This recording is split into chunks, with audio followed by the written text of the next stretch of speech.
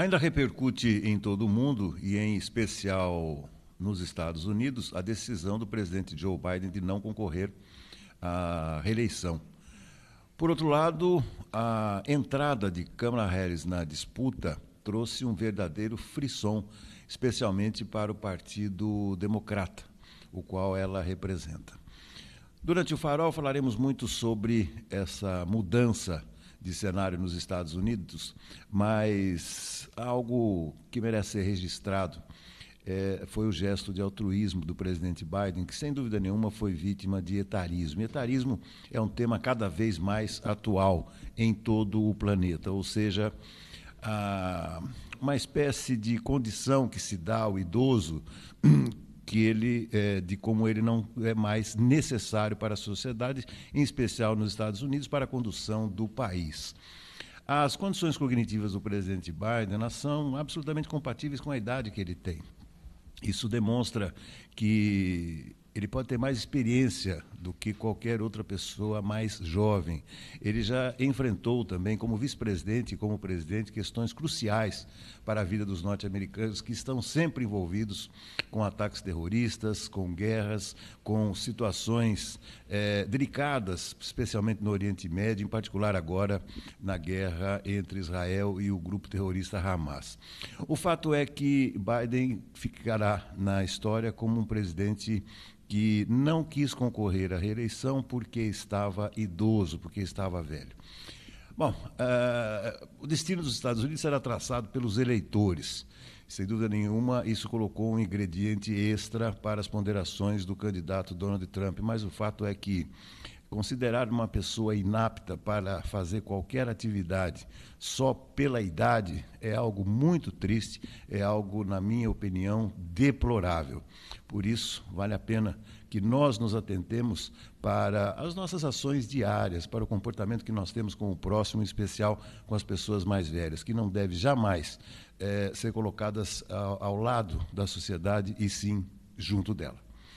O Farol de Limeira está no ar.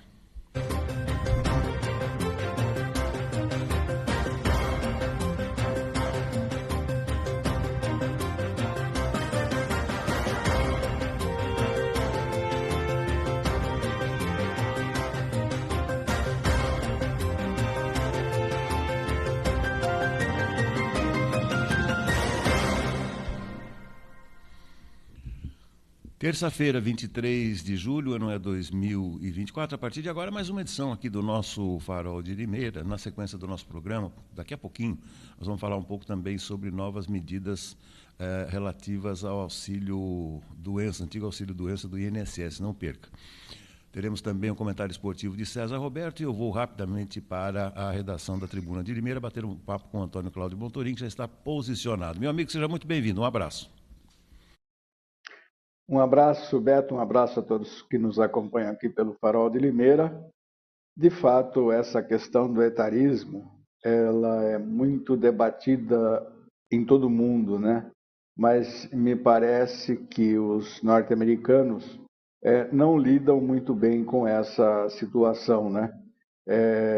Embora o aspecto fragilizado já pela idade, como você disse, uma pessoa jamais pode ser medida, né?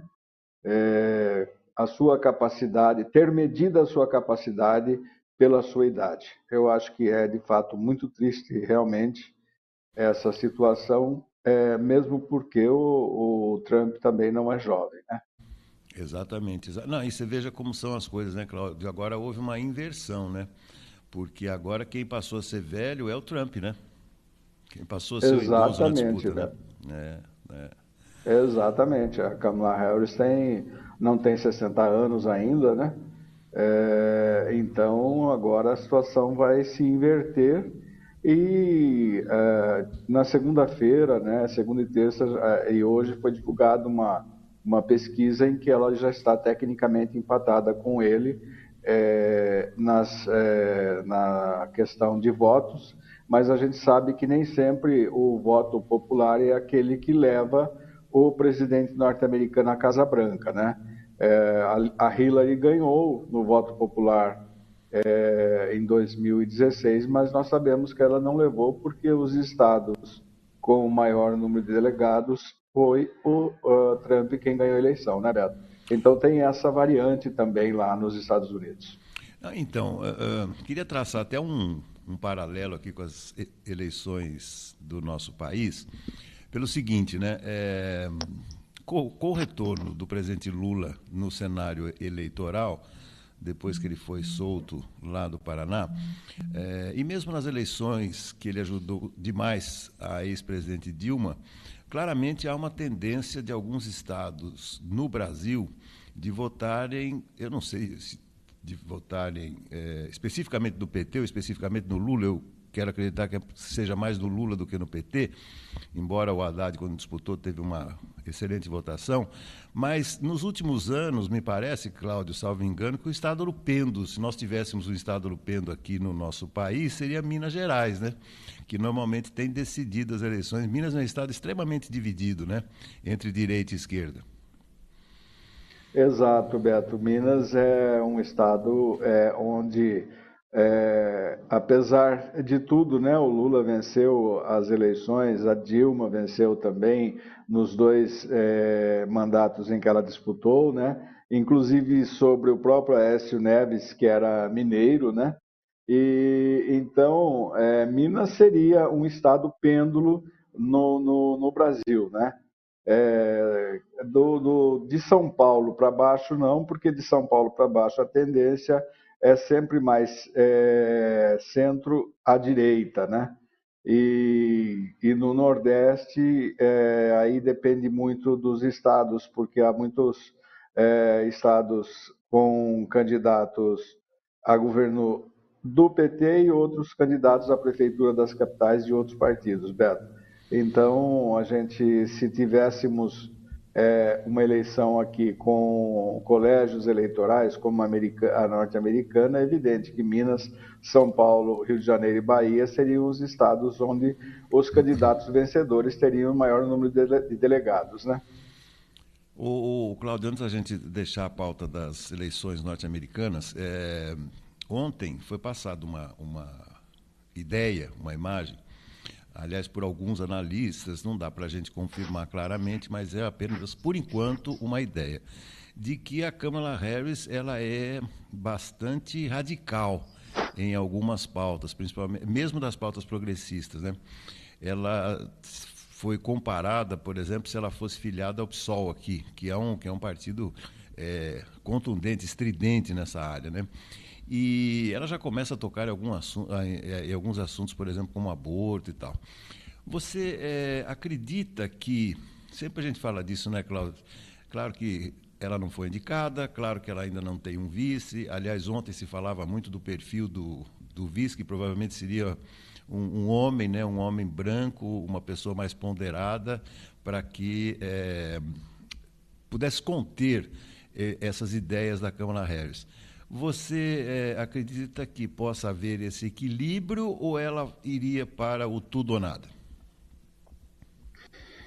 Olha, Beto, eu acho que pode haver um equilíbrio, sim, né, viu? Porque ela foi procuradora, né? Foi procuradora estadual, inclusive. Ela sempre teve atuação muito forte, né, na defesa dos direitos humanos, né? Dos direitos, principalmente das mulheres, como procuradora, né? Que foi, né? E ela tem uma formação muito sólida nessa área, né? Nessa área do direito, inclusive, e tem uma formação muito sólida também familiar e social, né? Agora, não acredito que ela vá partir para o radicalismo, mesmo porque a gente sabe que nos Estados Unidos as pessoas não gostam muito desse radicalismo, principalmente em relação a mais à esquerda, né? Agora, eu acredito que como mulher, como candidata, com a capacidade intelectual que ela tem, ela possa ser eleita, sim, presidente dos Estados Unidos, tornando-se a primeira mulher, né, a presidir os Estados Unidos. E vai depender muito, porque lá você sabe que os debates são muito assistidos pela população, né? vai depender muito dos próximos debates. Se ela levar o conhecimento que ela tem, o conhecimento técnico, o conhecimento e a cultura que ela tem, ela pode colocar o Trump numa saia justa, porque o Trump não tem uma formação intelectual, a gente sabe assim, consolidada, né?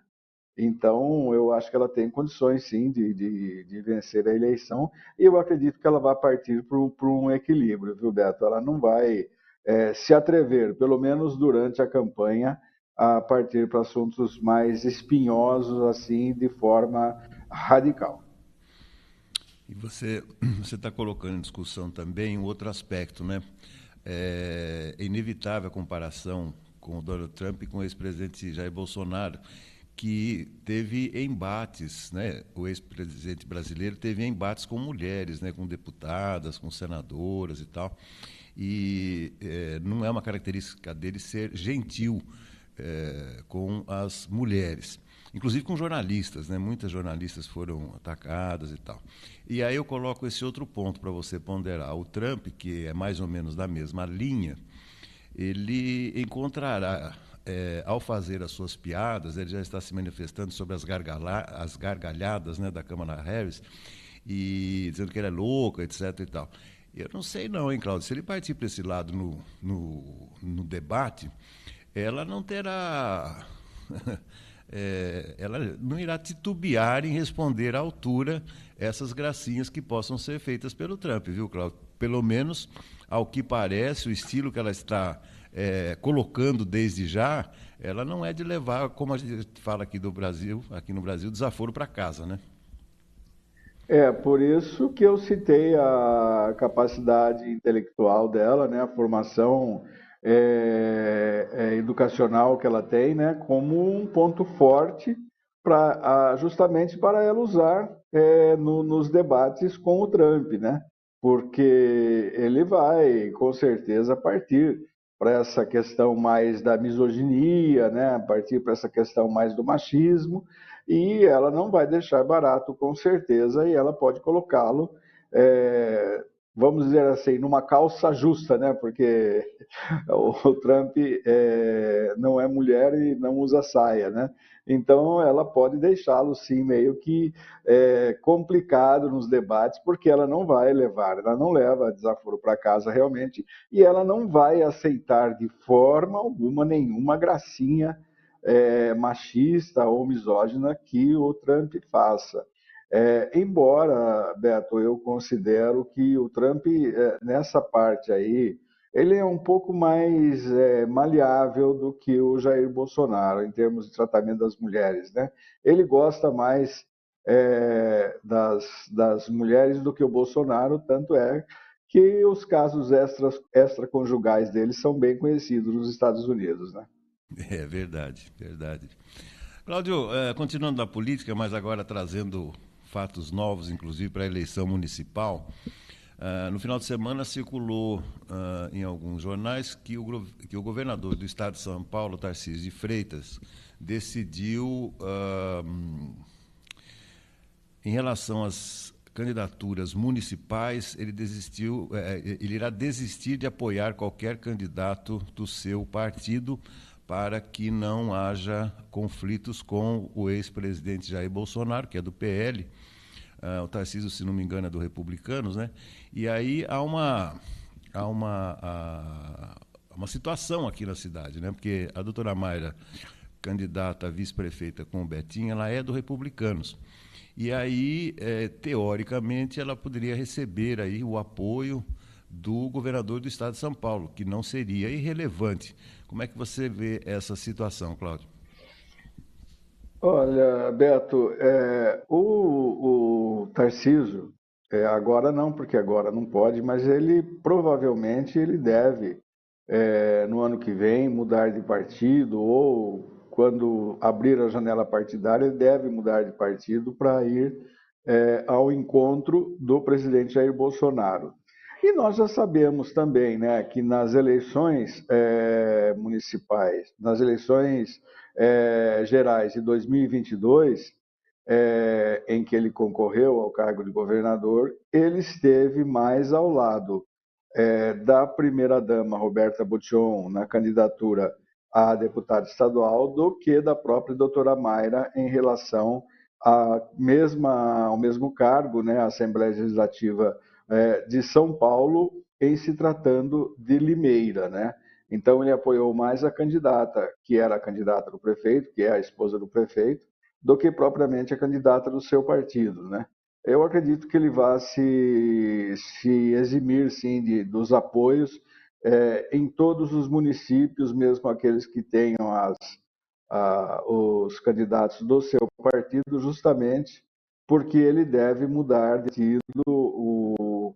O Valdemar da Costa Neto já falou que o PL está de portas abertas e só está aguardando aí uma nova janela partidária para que ele possa se transferir e ficar praticamente no mesmo partido do presidente Jair Bolsonaro, né?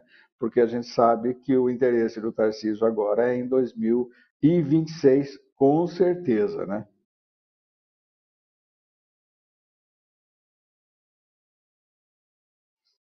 Isso, de alguma forma, também passa pela ideia que parece cada vez mais clara, né, dessa bala de prata, que para uns não existirá, mas para muita gente, que inclusive é ligada ao staff da prefeitura atual, entende que realmente a bala de prata da candidatura da vice-prefeita seria o apoio da ex-primeira-dama Michele e também do próprio ex-presidente Jair Bolsonaro. Não dá para avaliar desde já se isso teria um capital político suficiente para levar pelo menos a candidata para o segundo turno, Cláudio. Não, não acredito que seja não, viu, Beto? Eu acho que essa situação aí, ela não vai trazer grandes benefícios, né, para a Érica, né? Mesmo porque ela é do partido do Jair Bolsonaro, o partido do Miguel Lombardi, né? E não sei até que ponto esses apoios poderiam refletir em mais votos para ela, além daqueles que a gente sabe que já estão praticamente contados, né? Mas nós temos que ver também a questão da rejeição. Ainda nós não falamos sobre isso, né?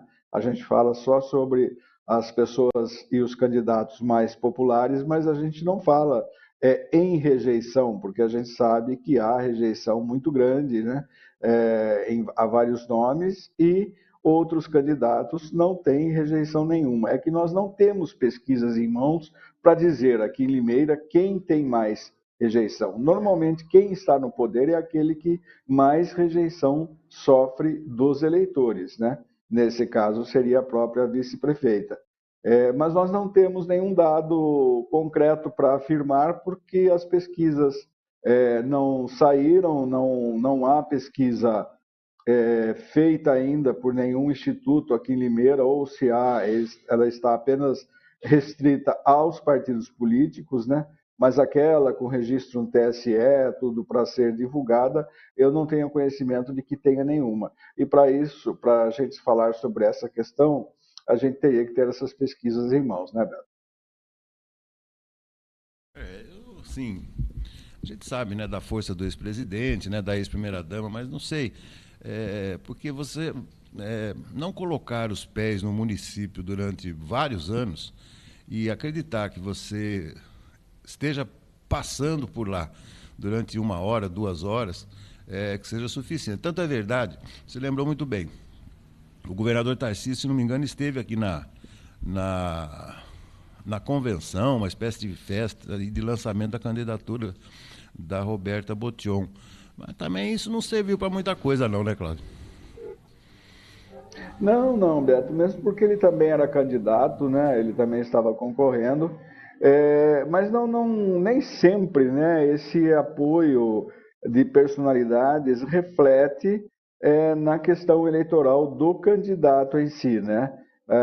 Às vezes o apoio pode até atrapalhar, mas tem algum benefício, sim, porque vai fazer com que aqueles candidatos é, que tenham uma ligação política, né, ou uma ligação afetiva com o ex-presidente, com a ex-primeira-dama, sacramentar o seu voto justamente naquele candidato em que eles apoiarem. Nós já vimos muitas situações aí de apoio não trazer benefício nenhum, não se reverter em votos, né? A eleição municipal ela é muito diferenciada das eleições gerais, né? Ela é muito restrita ao município do ponto de vista político e do interesse do próprio eleitor, né? Então a gente tem que pensar nisso também, né? Nem sempre o que vem de fora vai ajudar, tendo em vista que o município já tem, o eleitor do município já tem uma ideia formada, né? E já está mais ou menos antenado na questão de em quem ele vai votar, né? Por isso que eu digo que é importante que se tenha uma pesquisa em mãos para anotarmos a rejeição de cada candidato. Às vezes a rejeição, você analisar a rejeição é muito mais importante, é muito mais efetivo do que analisar o percentual de votos que o candidato teria. Perfeito, perfeito. Cláudio, estamos na reta final, aí mudando agora de assunto.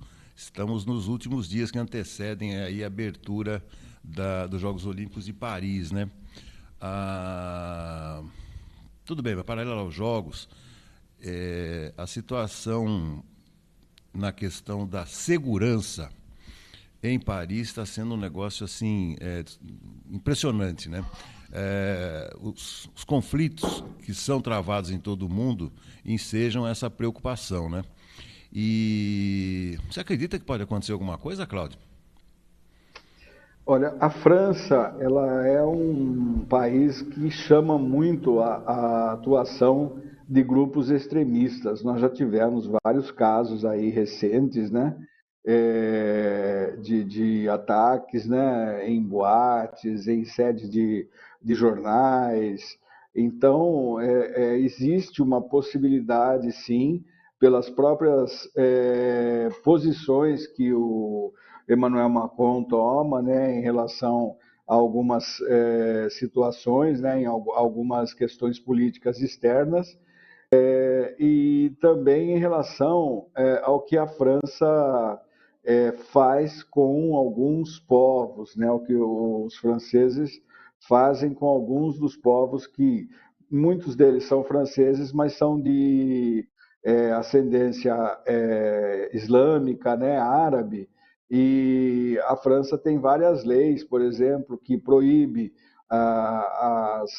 os árabes de usarem, as mulheres de usarem burcas nas escolas, então ela contraria a cultura de alguns povos e isso pega no sentimento, né, desses grupos mais radicais, Beto. Você se lembra da Olimpíada de Munique, né? Quando nós tivemos aquele famoso Setembro Negro, né? Com a invasão do local onde estava a delegação israelense, né? Por terroristas palestinos. Então, nós corremos, sim, corre-se o risco, sim, de alguma ação nesse sentido, por mais rígida que seja a segurança. Vamos ver aí a festa de abertura, que vai ser no Rio Sena, como vai ser, né? E depois o desenrolar dos jogos, mas a França, ela é como se fosse um epicentro aí de ações de grupos extremistas, Beto. De uma maneira mais light, mais bem-humorada, né? Chama atenção também. Hoje eu estava acompanhando com mais profundidade aí a tal da cama antissexo, né? Que foi colocada lá lá nos dormitórios, né? Onde ficarão os atletas, né? Por que cama antissexo? Porque é uma cama, há uma pegada ecológica, né? Nesses Jogos de Paris, e essa cama é feita com base em papelão. Sim, sim. com base em papelão, exatamente para evitar aí muito peso, né? Que os atletas forcem a barra nessas camas e tal. Mas não, ela é fabricada por uma tecnologia japonesa, que foi usada já nos Jogos de Tóquio, e ela suporta até 200 quilos, ou seja, dá para ficar à vontade, né, Cláudio? Sim, sim, Beto. Essas camas aí, as camas ecológicas, na realidade, tudo vai virar em torno da questão ecológica nos jogos, né? E tem até uma marca de cerveja que está patrocinando as Olimpíadas, que é zero álcool, né? Então, tudo vai se girar em torno disso e tudo que está sendo feito com material de reciclagem, são recicláveis, né? São materiais realmente inteligentes, né? Agora, é evidente, né, que uma cama dessa não vai aguentar aí alguns tipos de atleta, né, como aqueles que fazem halterofilia ou halterofilismo, lançamento de dardo e de peso. Esses já são mais complicados porque têm um peso maior, né? Aí vai ser meio difícil, né? Você conhece bem a força e a questão física desses atletas que são bastante fortes, né? No sentido de peso, né? Agora você vê, é verdade, é verdade. Agora você vê, né? Depende de cada um, né? Depende de cada. Você pega um boxeador ali, vou dizer uma coisa, ele tem. Ele tem para apresentar, viu?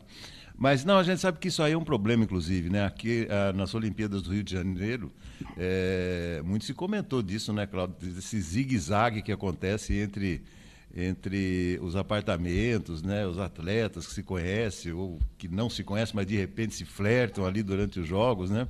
É duro, Sim, né, Claudio? sim. Nessa idade aí, 20 e poucos anos, 30 anos aí, a adrenalina tá lá em cima, né? Ah, não, isso daí é inevitável, Beto. É inevitável, não tem como, né? Faz parte aí da fisiologia do ser humano, né? Então não dá como, não dá para evitar, não dá para você controlar 100%, né? A não ser que você coloque aí um guarda em cada porta, né? É verdade.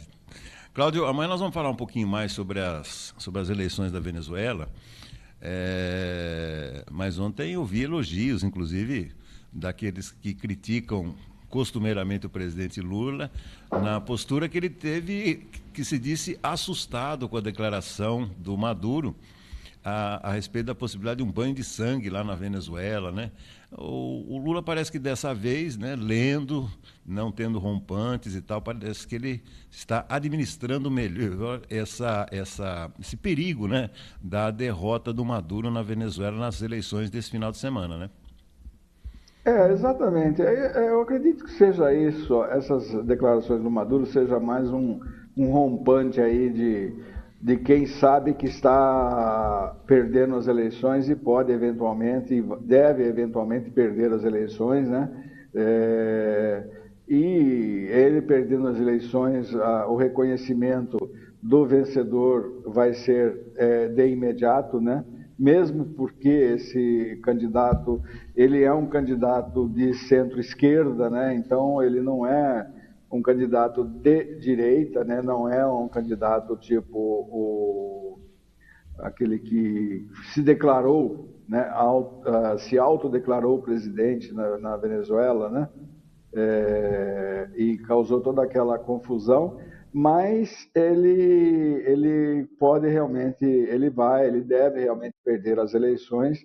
O Brasil está atento a isso. O Lula foi bastante comedido, né, nas palavras e falou que ficou de fato assustado. Já está preparando aí a equipe brasileira que vai estar lá, né? O Maduro já acabou desobedecendo alguns dos acordos que ele fez com o próprio Lula em termos de representação internacional, né? Ele não aceitou representantes da comunidade europeia, né? Representantes para acompanhar as eleições. Então vamos ver, dia 28 nós veremos como que isso será desenvolvido, mas o povo venezuelano está cansado, Beto. Eu acho que o povo venezuelano vai dar uma resposta ao Maduro, né, que exagerou. O Chávez tinha uma forma um pouco mais humana de governar, né? O Maduro não. O Maduro assumiu lá e acha que é Deus, né? Não é, né? Ele é uma pessoa que está completamente perdida e sabe que a perda das eleições é o fim político dele, né? Tá certo. Se não der para virar presidente, vai virar um TikToker pelas dancinhas que ele está fazendo aí. Amanhã a gente fala mais sobre isso, Cláudio. Um grande Tá bom, abraço. amanhã a gente conversa mais sobre isso. Um grande abraço, até amanhã, uma ótima terça-feira a todos. Muito bem. Obrigado, Cláudio. Vamos falar agora de um tema importante, mais uma vez aqui no Espaço de Direito Previdenciário. Vou bater um papo com a doutora Fernanda Miniti, ela que é especialista em Previdência. Antes de mais nada, doutora Fernanda, seja muito bem-vinda ao nosso programa desta terça-feira. Obrigada, bom dia Roberto, bom dia a todos os ouvintes do programa Farol, sempre às terças-feiras, um prazer conversar sobre o INSS e debater o tema. Bacana.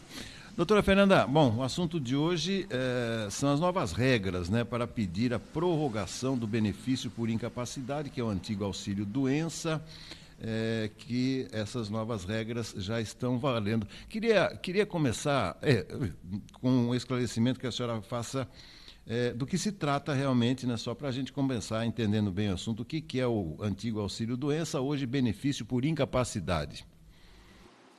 Sim, na verdade é a mesma coisa, só mudou a nomenclatura. Ele era chamado de auxílio-doença e hoje ele é chamado de benefício por incapacidade temporário. Assim como mudou também o nome, a nomenclatura da antiga chamada aposentadoria por invalidez, que virou benefício por incapacidade permanente. Então, só para distinguir um do outro, mas no que nós estamos falando é do antigo auxílio-doença, ou seja, benefício por incapacidade temporária. O que tem de novidade aqui que a matéria indica e ela aponta? Quando a pessoa ela está recebendo o auxílio-doença, se tem uma data para cessação desse benefício. E nos casos em que a pessoa deveria solicitar a prorrogação do benefício, em que ela se sente, tem documentação médica, que ela ainda continua inapta, ela ainda não pode voltar a trabalhar, tem que ser feita uma prorrogação, um pedido de prorrogação do benefício. Aí o INSS vai analisar se vai conceder ou não. Antes, o pedido ele poderia até ocorrer de forma automática. Hoje em dia, não mais. Então, o que o segurado tem que fazer? É muito importante ele ficar atento a esse prazo. Qual prazo? Que são os 15 dias que antecede, antes da data fim, que vem prevista na cessação do benefício, o segurado ele tem que fazer esse pedido de prorrogação. Dentro desse prazo, então, ele vai solicitar a prorrogação do benefício e ali juntar a documentação médica. O INSS, se o INSS marcar a perícia em até 30 dias, a cessação do benefício vai coincidir, vai ser a data da perícia, dessa realização. Se for marcada uma perícia para após 30 dias, o benefício vai ser prorrogado por mais um mês e a cessação do benefício vai ser na data da avaliação, ou seja, na data da perícia. Mas aqui o que é importante lembrar é que o segurado tem esse dever, esse ônus, na verdade, de ele próprio fazer esse pedido de prorrogação.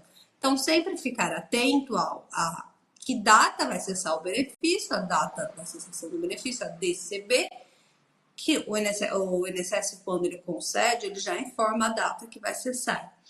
E aí, antes dos 15 dias anteriores, o segurado deve solicitar essa prorrogação do benefício, passando ali pela perícia, juntar a documentação médica que indique que ele não pode, vai precisar permanecer afastado por mais algum período.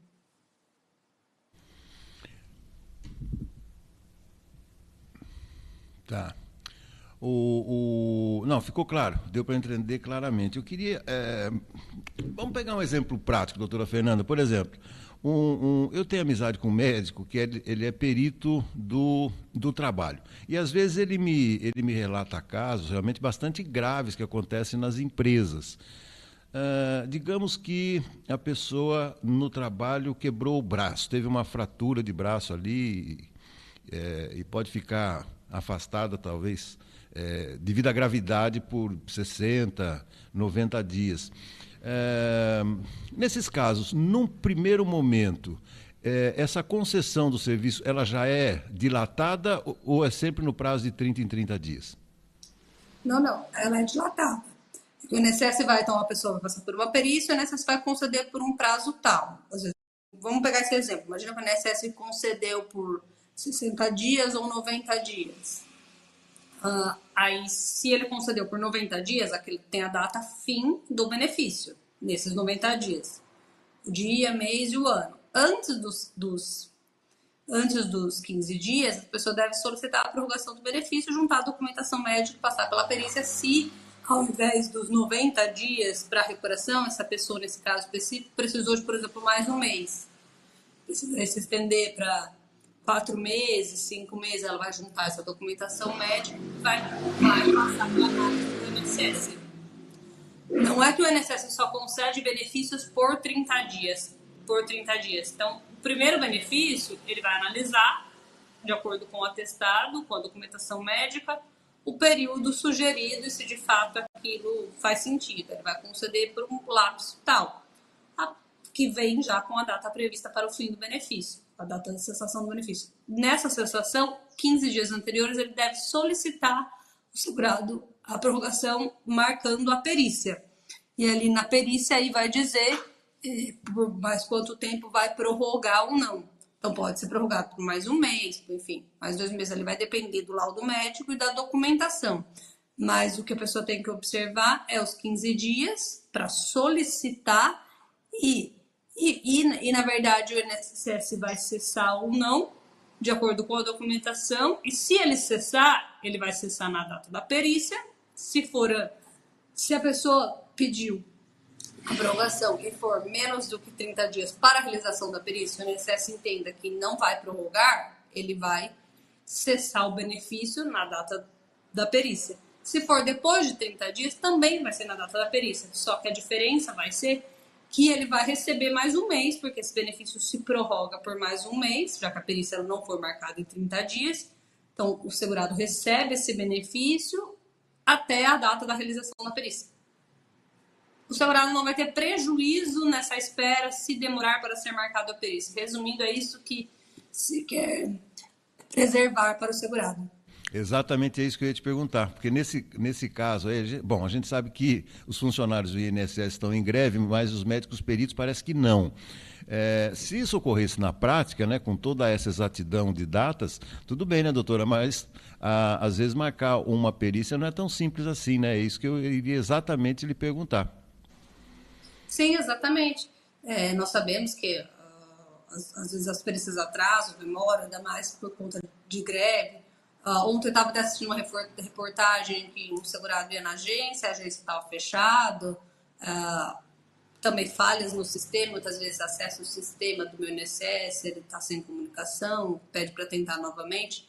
Então, eu que trabalho com isso, sei que isso é rotineiro, porém, nada que vá representar um prejuízo ao segurado, porque ainda assim, se ele não consegue marcar uma perícia, se chegou lá, não é que ele não conseguiu, no caso da reportagem, a perícia estava marcada, mas o INSS fechou.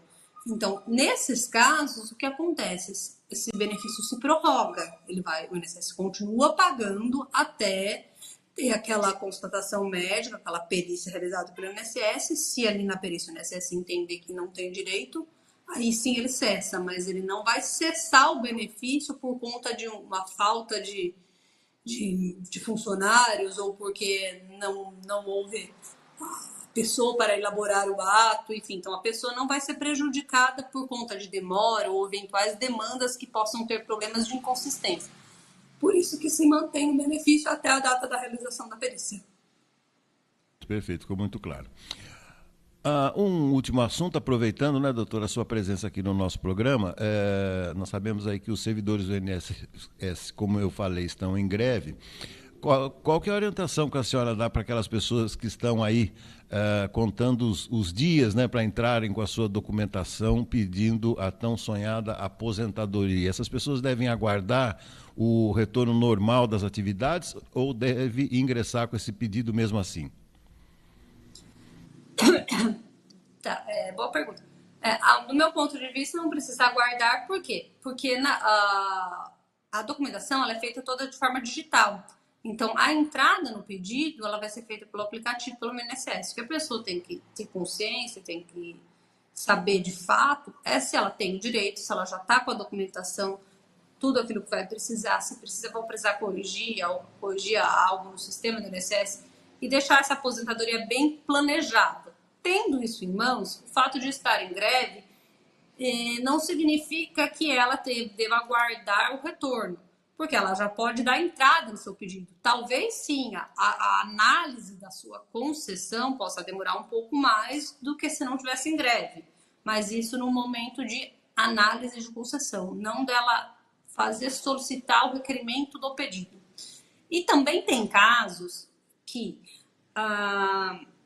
se a documentação estiver toda em ordem, então isso não é uma regra para todo mundo, mas em alguns casos, se estiver tudo certinho, tudo provado por documentação, não tiver nenhum erro, dentro até do próprio INSS, se estiver tudo regularizado, vamos dizer assim, pode ser que no caso da análise se caia pela inteligência artificial, ou seja, o próprio robozinho que leia. Então, o robô não tem problema que esteja faltando funcionários ou seja, em greve. Se for o robô que for fazer essa leitura, ele, inclusive, pode conceder essa aposentadoria mesmo com a greve vigorando.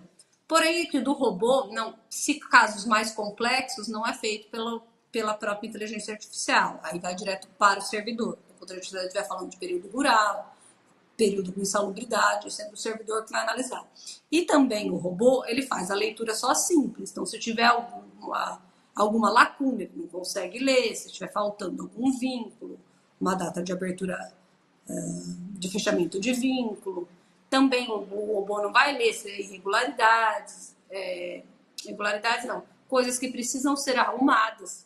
Eu digo assim, nem sempre está tudo certinho para essa pessoa entrar e o robozinho já lê e já sai na hora. Mas nos casos em que tiver, às vezes esse benefício pode ser concedido até no mesmo dia. Claro, se já tiver tudo nesses moldes em que eu expliquei. Então não precisa aguardar, esperar para dar entrada. Tenha em mãos tudo o que precisa, dê entrada, uma boa aposentadoria, já tem essa análise feita de que é viável agora, de que de fato é a melhor aposentadoria e que ela tem consciência de que aquilo é a melhor regra para ela, o segurado, e que vale a pena para essa pessoa. Pode dar a entrada e ele aguardar o desfecho da análise do benefício. Perfeito. Então essas são as considerações aí e as sugestões da doutora Fernanda Miniti, como eu disse no começo, especialista em direito previdenciário. Doutora Miniti, foi legal hoje. Bacana. Internet, voz e vídeo casados harmonicamente aqui no nosso programa. Muitíssimo obrigado mais uma vez e até uma próxima. Obrigada, eu que agradeço. Até a próxima. Até mais. Valeu. Essa é a doutora Fernanda Miniti, especialista em direito previdenciário. Vamos agora ao boletim esportivo do nosso companheiro César Roberto. Bom dia, Beto Rucato. Bom dia, meus amigos do Farol de Limeira. Beto, vamos dar uma passeadinha pela Série B do Brasileiro, até porque ontem, por falta de tempo, a gente não comentou sobre a rodada no final de semana. 16ª rodada, nós tivemos o Vila Nova empatando em casa com o Santos 1-1, Novo Horizontino 1, Chapecoense 0, Avaí 0, Ceará 1, Curitiba 0, Mirassol 1, América Mineiro e Amazonas empataram em 0-0, CRB 1, Ituano 0, Paysandu 1, Ponte Preta 0. Um detalhe nesse jogo, Beto, que vale ser ressaltado, teve um jogador da Ponte Preta que jogou 16 minutos com 2 cartões amarelos, O juiz deu um cartão, deu o segundo, era para ser expulso, o juiz não percebeu e a coisa deve ir para o tribunal. Tivemos também Guarani 2, Goiás 3, situação complicada no Guarani, hein? Contratou o técnico Pintado para tirar o bugre do rebaixamento e ele não consegue ganhar um jogo no comando técnico do Guarani. E o Botafogo de Ribeirão Preto também, que vai de mal a pior, só empatou em casa com o Brusque em 2-2. A 17ª rodada, Beto, começou ontem em Vila Belmiro. O Santos goleou Curitiba 4-0 e lidera a Série B do Brasileiro. Hoje, Chapecoense e Sport Recife às 19 horas. No mesmo horário, Operário e Novo Horizontino em Ponta Grossa. Hoje, 8 horas da noite, Mirassol e Avaí. Hoje também Ituano e América em Itu. Ponte Preta e Vila Nova em Campinas, hoje 9h30 da noite. Amanhã, completando a rodada, Brusque e Paysandu em Santa Catarina. Amanhã também Amazonas e Guarani lá em Manaus. E na quinta-feira, Goiás e CRB, Ceará e Botafogo de Ribeirão Preto. Campeonato Brasileiro, Beto, em sua principal divisão, 19ª rodada, amanhã começa com Cruzeiro e Juventude, 7 horas da noite. 7h30 amanhã, São Paulo e Botafogo no Morumbi. Jogão, hein? O Botafogo é o líder da competição.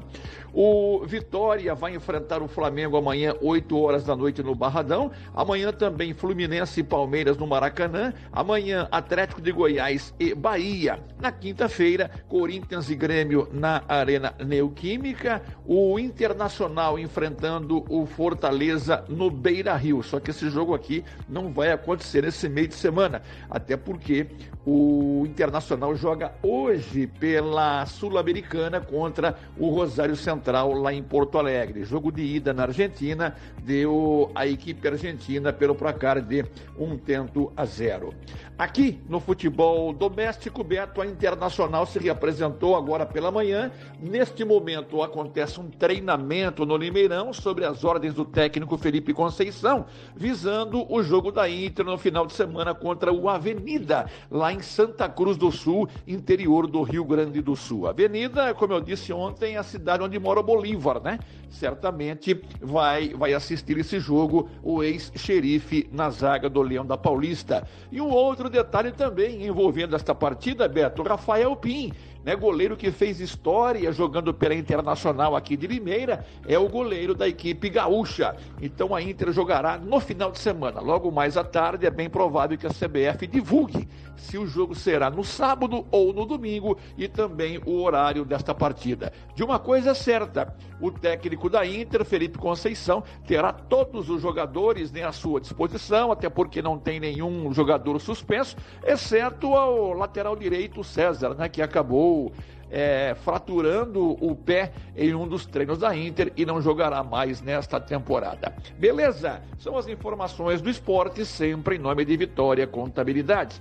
Escritas fiscais, abertura e encerramento de empresas, contabilidade em geral e imposto de renda, procure por Vitória Contabilidade. Rua Argentina 437, no Jardim Santana, telefone 3453-2681. Um grande abraço, Beto, uma boa terça para todo mundo e até amanhã, se Deus quiser.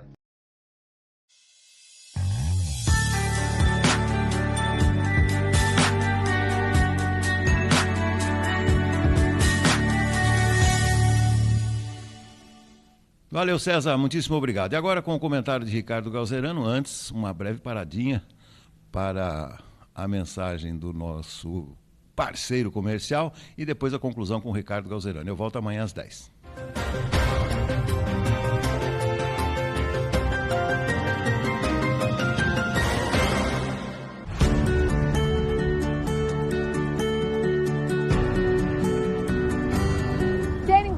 Na área mais valorizada de Limeira, esse é o Cidade Universitária 2. Todo o sucesso do Cidade Universitária 1, agora em seu segundo e último módulo.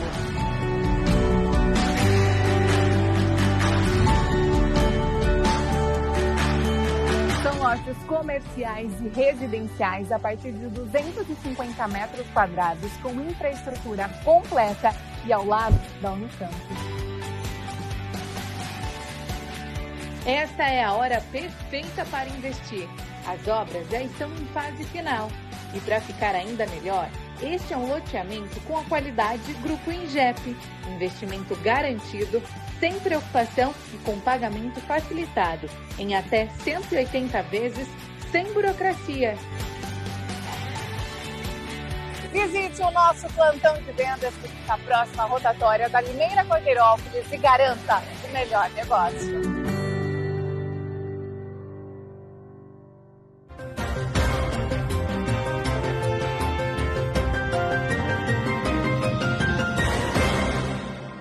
Ontem comentei aqui a respeito dessa reforma tributária que está virando uma verdadeira colcha de retalhos no Congresso Nacional, e quem vai pagar o preço mais para frente somos todos nós, contribuintes, brasileiros comuns.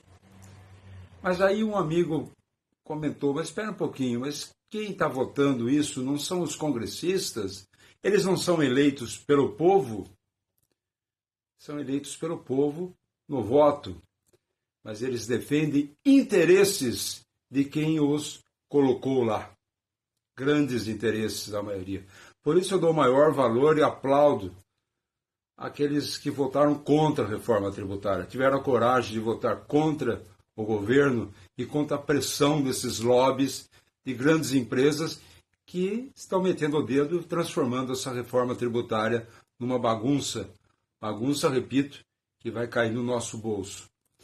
E como nós estamos num ano eleitoral, isso também deve servir de alerta com relação à eleição dos nossos vereadores. Se no vereador que você votou na última eleição, ele cumpriu o que prometeu, ou você falou que não ia fazer nada e não fez nada, pode votar nele de novo. Agora, aqueles vereadores que prometeram, mudam de lado de acordo com o vento de seus interesses e que estão pouco preocupados com seus eleitores, mas sim com aqueles que estão apoiando, manda eles para casa. Eleja novos, sangue novo. Nós precisamos aprender a usar a cabeça na hora de votar e não ficar ouvindo a ladainha de pseudos líderes e gente que tem interesse na política. A política é o lugar mais importante para mudar as coisas, mas também é o ambiente mais poluído. Tirar os elementos poluídos sempre que possível é o dever de todos nós.